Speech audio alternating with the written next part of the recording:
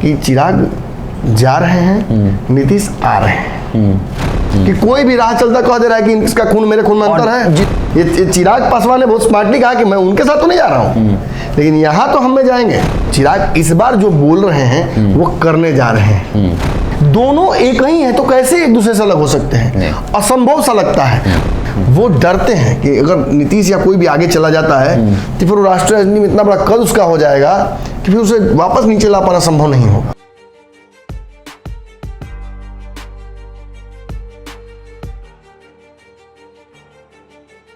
नमस्कार, आप देख रहे हैं पंचनामा, जहां खबरों की चीरफाड़ होती है। हमारे संपादक डॉक्टर अमन मिश्रा आज एक बहुत बड़ी खबर की जो है पोस्टमार्टम करने वाले हैं। रामनवमी को लेकर जो राजनीति शुरू हुई और अब इफ्तार पार्टी में बहुत कुछ बदल गया है। और आपको बता दें कि जहां एक तरफ चिराग पासवान नीतीश कुमार की इफ्तार पार्टी में नहीं जाते हैं, लेकिन तेजस्वी की इफ्तार पार्टी में आने को बेचैन होते हैं। इसके अलावा जो है उपेंद्र कुशवाहा, मुकेश सहनी जो है इफ्तार से गायब होते हैं, पप्पू यादव आज चले आए। तो इस पूरे खबर को लेके क्या कुछ इसके पीछे सियासी मायने हैं, हम डॉक्टर अमन मिश्रा से समझेंगे। शाह और ललन सिंह की लगाई आग से मच चुकी है भगदड़। नीतीश का आना तय और चिराग का जाना तय। पहला सवाल सिलसिलेवार तक समझते हैं कि ये आग कौन सी आग है और कैसी आग है जिसको ललन सिंह और शाह ने लगाई है, और किस तरह की भगदड़ मची है? देखिए, नीतीश कुमार के अमित शाह ललन सिंह हैं और मोदी के ललन सिंह अमित शाह। ये दोनों कहीं ना कहीं अपने सुपीरियर्स का ऑर्डर बजा रहे हैं। इन दोनों का प्राथमिकता क्या है? जहां अमित शाह की प्राथमिकता है कि वो नरेंद्र मोदी को वापस 2024 में उस कुर्सी पर बिठा दे जिस पे वो अभी मौजूद है, वहीं ललन सिंह का एकमात्र लक्ष्य है कि नीतीश कुमार को उस कुर्सी पर बिठाए रखें जिस पे नीतीश है जी। जब तक नीतीश है तब तक ठीक है, नहीं तो फिर उनको मिल जाए। अरे अमित शाह भी तो यही चाहते होंगे ना आगे चल। जी बिल्कुल, तैयारी भी कर चुके अमित शाह। और 24 और 25 में तो फिलहाल मुझे लगता है कि ना तो बिहार में वैकेंसी है और ना देश में वैकेंसी है। ना नीतीश बिहार छोड़ रहे हैं, ना मोदी देश छोड़ रहे हैं। बहुत विपरीत परिस्थितियों में या अलग तरीके की राजनीति करनी होगी जिसकी बार बार संभावना बहुत कम, लेकिन जिसकी बार बार चर्चा हो रही है। तो कभी विघ्न डालने के लिए अखिलेश सिंह डाल दे रहे हैं, कभी ममता डाल दे रही हैं, कभी मायावती डाल दे रही हैं, कभी नीतीश डाल रहे हैं, अब शरद यादव ने डाल दिया, शरद पवार ने माफ कीजिए डाल दिया, शरद यादव जी तो मरहूम हैं। तो ये क्यों हो रहा है? दरअसल एक वैकेंसी क्रिएट करने की कोशिश की जा रही है। एक जगह खाली होगी तब तो नीचे के प्यादे ऊपर जाएंगे, और उसी में सारा ये कहीं ना कहीं झोल-झाल हो रहा है। जो सियासत रामनवमी से शुरू हुई थी वो इफ्तार तक आते आते इतनी बदल गई है कि पल पल नए समीकरण गढ़े जा रहे हैं। कैसे उसको समझा दीजिए? जी मैं समझा रहा हूँ। पहले तो ये समझ लेते हैं हम कि आखिर कौन सी आग है जो लगाई है इन दोनों ने। देखिए, बहुत आसान है समझना इसको। मैंने तो समझा दिया मोटिव क्या है, अब क्राइम क्या है ये बताते हैं। ललन सिंह चाहते हैं कि नीतीश कुमार फिलहाल जिस गठबंधन में है वो उसी में रहे, महागठबंधन नहीं छोड़े। अमित शाह चाहते हैं कि भाजपा नीतीश के रहित, नीतीश के बिना एक गठबंधन बनाए, मजबूत गठबंधन बनाए या स्वावलंबी हो जाए। अब किसी बैसाखी के भरोसे न चले। दिक्कत क्या है कि ललन सिंह का आइडिया अच्छा है, लेकिन नीतीश कुमार की कुर्सी को थोड़ा सा इससे घाटा है, डर है, क्योंकि तेजस्वी डायरेक्ट वहां दावा ठोक रहे हैं। अमित शाह का भी प्लान बहुत बढ़िया है, लेकिन अमित शाह के प्लान में भी नरेंद्र मोदी की कुर्सी को थोड़ा झटका है। अगर बिहार में और उत्तर प्रदेश में गड़बड़ा जाए मामला तो नरेंद्र मोदी वापस आ जाएंगे क्या? बिल्कुल नहीं। और ये बात पूरा मतलब देश जानता है, इसीलिए नीतीश कुमार भी कहीं ना कहीं उस कुर्सी के दावेदार बन जाते हैं। और इसीलिए कहीं ना कहीं जो बाकी विपक्षी दल हैं भाजपा के, वो डरते हैं कि अगर नीतीश या कोई भी आगे चला जाता है तो फिर वो राष्ट्रीय राजनीति में इतना बड़ा कद उसका हो जाएगा कि फिर उसे वापस नीचे ला पाना संभव नहीं होगा। और थोड़ा सा यहाँ कहीं ना कहीं नीतीश कुमार की विश्वसनीयता भी बार बार मोदी के साथ चला जाना उनका है, और आना वो हार्म कर रहा है, वो डैमेज कर रहा है। नीतीश अगर इतना नहीं किए होते, आ गए होते, तो शायद आज परिस्थितियाँ बिल्कुल विपरीत होती। नीतीश को इतना करना ही नहीं पड़ता अपने लिए पैरवी। तो आप समझ गए होंगे कि इन दोनों ने आखिर क्या, इन दोनों की का मोटिव क्या है, आग क्या लगा रहे हैं। तो देखिए, जहाँ एक तरफ अपने एक तो मोदी, एक तो नीतीश की कुर्सी बचाना, दूसरा उस कुर्सी को बचाए रख के अपने लिए भी स्पेस बनाना, ये ललन सिंह जो करने में काट भाज कर रहे हैं, साइड लाइन करना, जो भी कद बढ़े उसको साइड कर दीजिए। पार्टी में ही छटाई हो रही है। बहुत सारे पुराने, परसों हमने खबर जो चलाई है, बहुत सारे पुराने लोग फोन कर रहे हैं हमें जदयू के। मुझे तो याद ही नहीं था कि ये लोग जदयू में थे भी। और ऐसे ही लोगों को सेंटिंग में डाला हुआ है कि मैं नाम लूंगा तो मतलब तहलका मच जाएगा।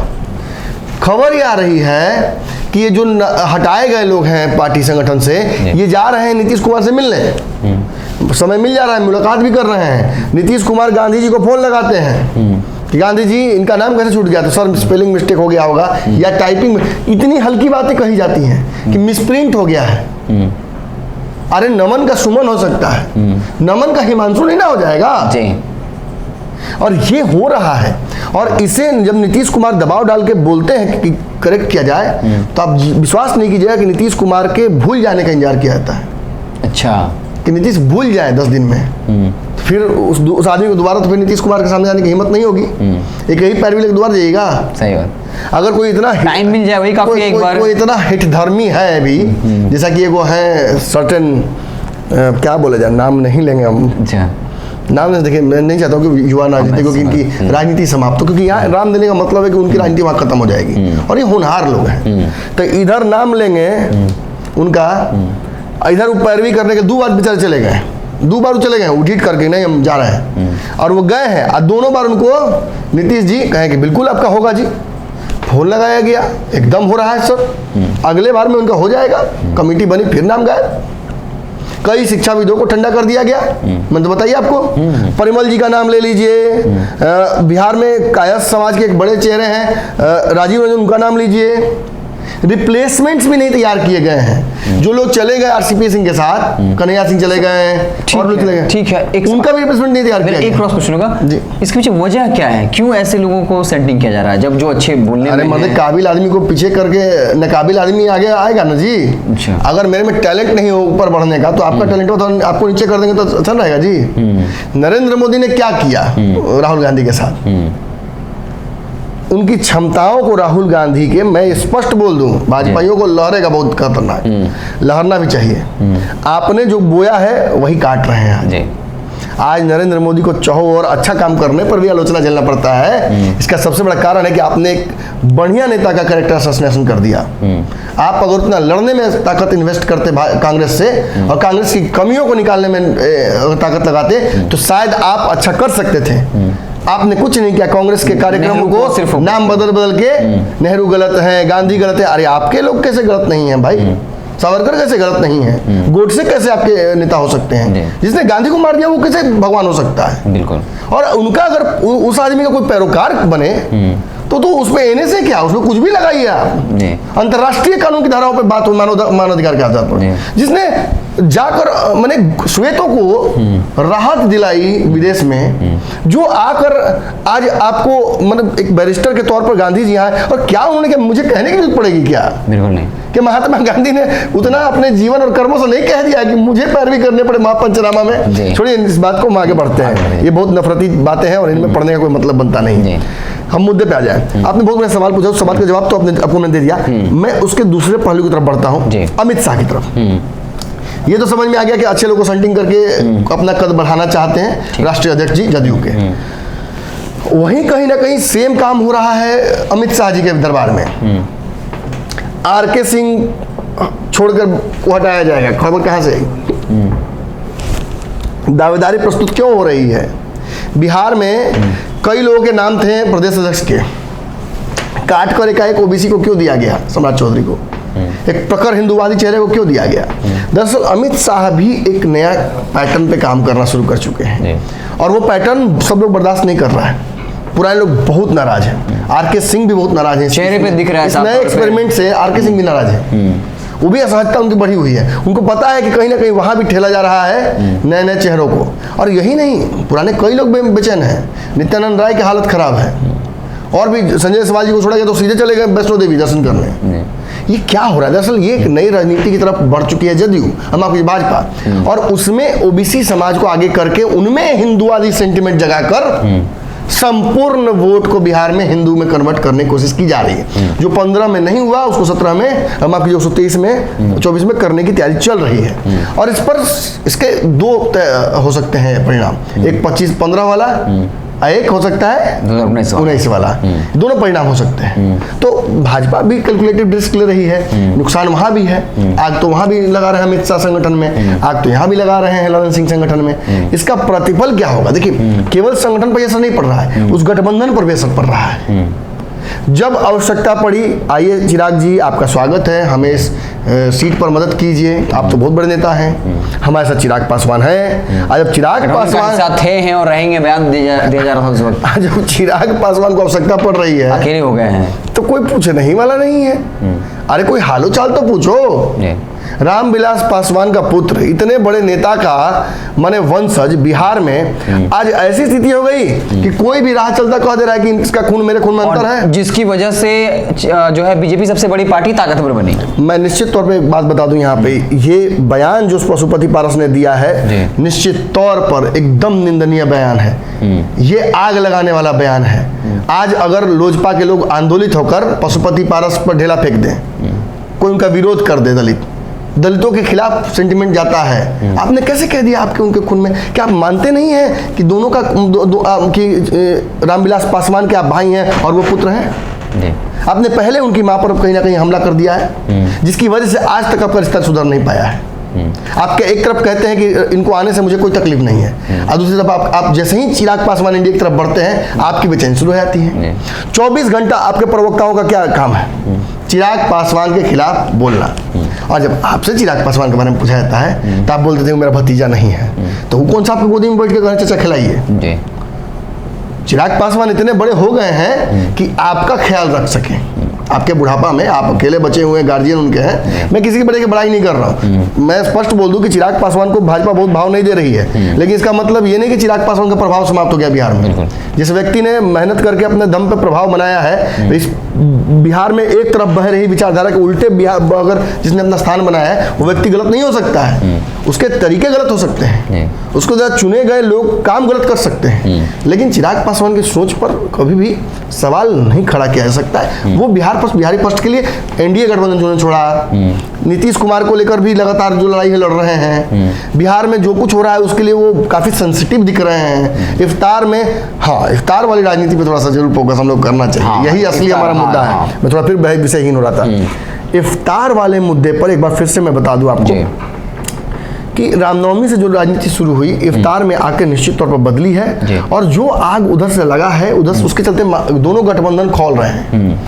जहां चिराग पासवान ने नीतीश कुमार के ऑफर को रिजेक्ट कर दिया, प्रस्ताव को, कि आपके साथ मैं आपके इफ्तार में नहीं आ रहा हूं, और कहीं स्पष्ट मैसेज भाजपा को दे दिया कि आपके पास अभी भी ऑप्शन है। वहीं कहीं ना कहीं इसका एक और मतलब ये निकलता है, जैसा कि मैंने आज गेम बढ़ा में बताया था, कि कहीं ना कहीं चिराग पासवान ये स्पष्ट कर रहे हैं तेजस्वी को भी कि अगर minus Nitish, I am with you, आप नीतीश को बाहर कीजिए, मैं आपके साथ हूं। और नीतीश कुमार का वोट बैंक कितना, जरा आप कंपैरेटिव एनालिसिस कीजिए। वो मैसेज कि भैया उनके साथ लब कुछ रहा नहीं, कुछ है ही नहीं। उनके पास अब उनकी अपनी व्यक्तिगत चेहरे की छवि भी खत्म हो रही है वोट, और चिराग का चेहरे का वोट बढ़ रहा है। तो कहीं ना कहीं तेजस्वी यादव को एक बड़ा सहयोगी चाहिए। अब 20, 30, 40 विधायकों की बात है, तो अगर नीतीश इस प्रेक्षण से आउट हो जाते हैं तो चिराग पासवान बहुत आसानी से वोट उतना विधायक जिता के ला देंगे, और माहौल बदल सकता है, फिर माहौल बदल जाएगा। अब निश्चित तौर पर कहीं ना कहीं देखिए, सीएम की कुर्सी को लेकर विवाद तो है, लेकिन क्या जो काम लालू यादव चाहते थे, लालू यादव तो एक बार लालू यादव के मन में आया भी था कि रामविलास पासवान को सीएम बना दिया जाए, हालांकि उस समय मामला तो फंस गया नीतीश की वजह से, और फिर कहीं ना कहीं रामविलास पासवान ने एक शर्त रख दी कि ये बात बहुत लोग नहीं जानते हैं कि लालू यादव एक बार सोच लिए थे कि इनको सीएम बना देने का। 2 दिन चर्चाएं खूब हुई थी, अखबारों में भी मामला आने लगा था, लेकिन तीसरे दिन फिर मामला पलट गया। तो फिर उसको समझते हुए कहीं ना कहीं नाम आगे कर दिया रामविलास पासवान ने कि एक मुस्लिम चेहरा आगे कर दीजिए आप ही लोग, और उसको बना दीजिए, जो बनाएगा दोनों में से, नीतीश और लालू में से, मैं उसको साथ खड़ा हूँ। नहीं हुआ, अंततः नहीं हुआ। नीतीश इतना बड़ा दिल नहीं कर पाए नीतीश कि तथाकथित अल्पसंख्यकों के सहयोगी, ये लोग अल्पसंख्यकों के हितैषी, इन लोगों ने इफ्तार का समय चल रहा है, सोचिए, इन लोगों ने इफ्तार तो खूब कर रहे हैं, लेकिन उस समय नाम आगे नहीं कर पाएगा कि मुझे मिलना चाहिए वो पद। और ये लोग फिर कहते हैं कि उपेंद्र कुशवाहा मतलबी हैं, ये कहते हैं कि चिराग पासवान सत्ता के लालची हैं, ये लोग कहते हैं कि मैंने फलाना ढिमकाना, ये सब लोग जितने भी बिहार राजनीति कर रहे हैं, ये लोग सत्ता के लोलुप हैं। सभी सत्ता के लोलुप हैं। और कहीं ना कहीं देखिए चिराग पासवान ने ये बात स्पष्ट कर दी उनके नीतीश के बुलावे में ना जाकर और तेजस्वी के बुलावे में जाकर आज कि मैं तेजस्वी के साथ खड़ा हूं, मुझे नीतीश कुमार और उनके क्रियाकलापों से परहेज है। मैं नीतीश का भी विरोधी नहीं हूं, उनके कार्यों का नीतियों का बिहार को बदलने का एक मौका उनको जो 15-17 साल मिला, उसमें उन्होंने जो नहीं बदलाव ला पाए, वो पॉलिसी पैरालिसिस जो उनकी दिखी, मेरी लड़ाई उसके खिलाफ है, मेरा विजन डॉक्यूमेंट ये रहा। इससे बढ़िया तो राजनीति किसी ने नहीं किया आज तक। आज तक कोई विजन डॉक्यूमेंट लेके मैंडेट लेके तो नहीं राजनीति करता है। चुनाव में मैंडेट बनता है, अब तो वो भी नहीं बनाता है लोग। बाद में जुमला भी हो जाता है। अब तो गठबंधन होते हैं तो वो भी नहीं बनता है। कॉमन मिनिमम प्रोग्राम भी नहीं बनता किसी का। मांझी जी मांग करते रह जाते हैं, उपेंद्र कुशवाहा मांग करते रहते, नहीं बनता है। और कहीं ना कहीं इसी की वजह से गठबंधन टूटते हैं। बाद में गठबंधन टूटा है, ये कहेंगे मैं शराबबंदी खत्म करना चाहता हूँ, वो कहेंगे नहीं खत्म कर सकते, शराब होना चाहिए, मेडिसिन होता है, खत्म, वहीं पे लड़ाई खत्म। और वहीं गठबंधन भी टूटने लगता है। ये कहते हैं क्राइम पे कंट्रोल नहीं होना, कंट्रोल करना जरूरी है, वो कहते हैं क्राइम सही, कहाँ कंट्रोल तो हो रहा है, बस विवाद है तो वहीं। और देखिए यही कहीं ना कहीं चिराग पासवान को इस बात का क्रेडिट मिलना चाहिए कि उन्होंने निश्चित तौर पर एक पॉजिटिव पॉलिटिक्स लाई है बिहार में। और हाँ, चूंकि उनकी डायरेक्ट लड़ाई वहां पशुपति पारस से हो जाती है बार बार, क्योंकि वहां उसी वोट बैंक को टारगेट कर रहे हैं। और आज भी जो बयान दिया उन पशुपति ने कहीं ना कहीं समझ में आता है इससे कि उनका भी टारगेट यही है, उनकी बौखलाहट साफ दिख रही है। और इसका कारण यही है कि चिराग पासवान ने दोनों गठबंधनों में फिलहाल अपना ऑप्शन खुला कर लिया है। एक भाजपा को बात समझ में आ रही है कि देखिए भाई नीतीश कुमार के साथ तो नहीं जा रहा है चिराग, लेकिन तेजस्वी के साथ जा सकता है। अब तेजस्वी के साथ जा सकते हैं, और गया तो पूरा खेल, और तेजस्वी तो भाई वाला रिश्ता है, तो बहाना देके जा सकते हैं। ना मुकेश सहनी गए, ना उपेंद्र कुशवाहा गए, दोनों ने बहाना दे दिया कि हम में नहीं आ रहे हैं। लेकिन ये लोग, ये चिराग पासवान ने बहुत स्मार्टली कहा कि मैं उनके साथ तो नहीं जा रहा हूँ, लेकिन यहाँ तो हम में जाएंगे, ये तैयारी हमारी है। और इसकी वजह से कहीं ना कहीं चिराग पासवान ने यह स्पष्ट कर दिया है आप 40 सीट पर लड़ना चाहते हैं तो जो रजिस्ट्री थोड़ी है, 40 में हम लड़ सकते हैं, खिलाफ लड़ेंगे। और ये भाजपा को एक बड़ा मैसेज है। चिराग पासवान ने इधर रिसेंट में बोल देने से नहीं होता, चीज़ों को करके दिखाना पड़ता है। चिराग ने कहा कि लोगों ने कहा कि हम मुकाम में चुनाव लड़ेंगे, अगले दिन सपोर्ट करना पड़ गया भाजपा की वजह से। चिराग पासवान के लोगों ने कहा कि हम प्रत्याशी खोज रहे हैं एमएलसी के लिए, अगले दिन क्या हुआ, अगले दिन सपोर्ट करना पड़ गया, फिर चुप रहना पड़ गया। तो ये साबित करता है कि चिराग इस बार जो बोल रहे हैं वो करने जा रहे हैं। तेजस्वी के साथ जाकर भाजपा को भी मैसेज दे दिया कि ठीक है नीतीश से आज भी परहेज है, लेकिन तेजस्वी के साथ मैंने ऑप्शन खुला रखा हुआ है, आपको फैसला लेना है कि 40 सीट पर लड़ना है कि 2-4-5 सीट हमको मिलेगा, ये अभी तय कर लीजिए। और इससे कहीं ना कहीं नीतीश कुमार वाला भी एक एंगल बन जाता है। तेजस्वी को भी बात समझ में आती है कि नीतीश अगर हटते हैं तो मेरे पास एक ऑप्शन है चिराग के तौर पर।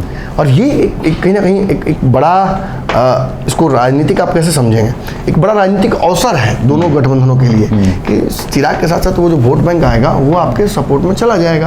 अब जरा दूसरे आयाम की तरफ आते हैं कि चिराग जा रहे हैं, नीतीश आ रहे हैं। लेकिन नीतीश कुमार निश्चित तौर पर जो कुछ हुआ है इधर रिसेंट में, नीतीश के क्रियाकलापों को देखकर ये स्पष्ट लग रहा है कि नीतीश कुमार भाजपा को मिस कर रहे हैं। भले ही लगता है उनसे गलती हुई है, बिल्कुल नहीं, उनसे गलती नहीं, ये कहना गलत होगा कि उनसे गलती हुई। भाजपा ने भी गठबंधन नियम का पालन नहीं किया। भाजपा ने जो किया उसकी वजह से नीतीश अलग हुए हैं। भाजपा अगर शुरू में ही जब नीतीश कुमार ने कहा था कि आप अपना सीएम दे दीजिए, मुझे कोई दिक्कत नहीं है, तो भाजपा कहती है हमें अपना सीएम दे रहे हैं सर। लेकिन भाजपा ने क्या किया, नहीं अरे हमारा बहुत बड़ा दिल है, आप आइए ना, बैठिए ना, आप ही चलाइए बिहार। अब चलाने लगे हैं, सुनिए ना, लेफ्ट ले लीजिए, सुनिए राइट ले लीजिए, एक काम सीधा जाइए। अरे चलाने तो दीजिए महाराज, 5 साल बर्दाश्त कीजिए, अब दम धरिए। अरे जब शुरू में कह देते हैं कि देख भाई ज्यादा हमको आएगा तो मेरा सीएम बनेगा, तुम्हारा ज्यादा आएगा तुम्हारा सीएम बनेगा, या अभी भी नीतीश की कह रहे तो करते उसको। लेकिन ये नहीं करके कहीं ना कहीं नीतीश कुमार को जबरदस्ती मजबूर किया गया कि वो अपने प्रकृति के विपरीत जाकर गठबंधन करें तेजस्वी के साथ। और आपको तो याद ही होगा कि हमने क्या कहा था, हमने तो कहा था कि जहां एक तरफ रिश्ता, जहां एक तरफ नीतीश कुमार और कहीं ना कहीं चिराग तेजस्वी यादव का जो रिश्ता है वो अनैतिक लगता है देखने में, अप्राकृतिक लगता है, अनैतिक नहीं, अप्राकृतिक, माफ कीजिएगा, हाँ। अप्राकृतिक लगता है। वहीं नीतीश कुमार और भाजपा का जो तलाक है वो अप्राकृतिक लगता है। जी। दोनों एक ही हैं तो कैसे एक दूसरे से अलग हो सकते हैं, असंभव सा लगता है। और जिस तरीके से दोनों पार्टियां माने एक विचारधारा की तरफ बढ़ रही हैं और दोनों के लोग लगे हुए हैं सटाने में नीतीश को और भाजपा को, कोई बड़ी बात नहीं है कि नीतीश एने टप जास और चिराग इधर आ जाए, ओ पार्ट टप जास। ये दोनों ने मैसेज दे दिया कि चिराग भी स्पष्ट कर चुके हैं कि अब कोई बहुत बड़ा वेटिंग गेम नहीं करने वाले हैं, फैसला चुनाव में करेंगे, लेकिन चीजें स्पष्ट यही हो कि आप क्या दे रहे हैं, आप क्या दे रहे हैं, तौला चलिए ठीक है तय कर लेंगे। नीतीश खाली नहीं चाहिए, चिराग ने स्पष्ट किया नीतीश वाले गठबंधन वाले चाहिए। तो अगर नीतीश पर दबाव नेसेसरी बने या भाजपा लुभावना ऑफर दे, नीतीश कभी भी सुधर कर सकते हैं, ये बात चिराग जानते हैं। तो ये आज का पंचनामा था जहां आपने साफ समझा कि कैसे अमित शाह और ललन सिंह की लगाई आग में भगदड़ मची है। और सबसे महत्वपूर्ण जो कंक्लूजन निकला लब्बू लुआब डिस्कशन का वो ये था कि चिराग पासवान नीतीश कुमार के इफ्तार में नहीं जाते हैं, लेकिन तेजस्वी के इफ्तार में जाते हैं और ये मैसेज देते हैं बीजेपी को, देखिए हमारे पास जो है विकल्प है वो खुला हुआ है। और सबसे बड़ी बात जो समझ में आई वो ये कि नीतीश कुमार की अब जो कह सकते हैं वोट बैंक था लव कुश, वो कहीं ना कहीं ढहता हुआ दिख रहा है। तो चिराग पासवान ने तेजस्वी को इशारा किया है कि अगर नीतीश कुमार अगर साइड होते हैं और आप अगर मेरे साथ आते हैं तो हम आने के लिए तैयार हैं। और तेजस्वी यादव इसको लेकर कुछ फैसला अगर ले लें, क्योंकि अगर दो युवा चेहरा तेजस्वी चिराग एक साथ आता है, जैसा कि समर्थक भी दावा करते हैं कि चिराग पासवान को तेजस्वी के साथ जाना चाहिए, तेजस्वी को चिराग के साथ आना चाहिए, तो वाकई में चिराग पासवान एक सधे हुए राजनीतिक अंदाज में आगे बढ़ रहे हैं। क्योंकि बार बार सवाल पूछा जाता है कि आपका स्टैंड क्या है, स्टैंड चिराग पासवान ने साफ कर दिया है कि हमारी तैयारी हमारी जो है वो 40 लोकसभा सीट पर है, हम दमखम से तैयारी कर रहे हैं, गठबंधन का फैसला जो है वो आने वाले वक्त में होगा। और चिराग पासवान कहीं न कहीं प्रेशर पॉलिटिक्स करके दो तरफा विकल्प खोल कर रखना चाहते हैं ताकि अपने तरीके से चीजों को डील कर सके, चाहे वो सीट को लेकर हो या फिर पद को लेकर हो। आपकी क्या राय है कमेंट बॉक्स में जरूर बताइएगा। हमारी खबर अच्छी लगी हो तो पेज को लाइक कर लीजिए, यूट्यूब चैनल को सब्सक्राइब कर लीजिए। बहुत बहुत धन्यवाद।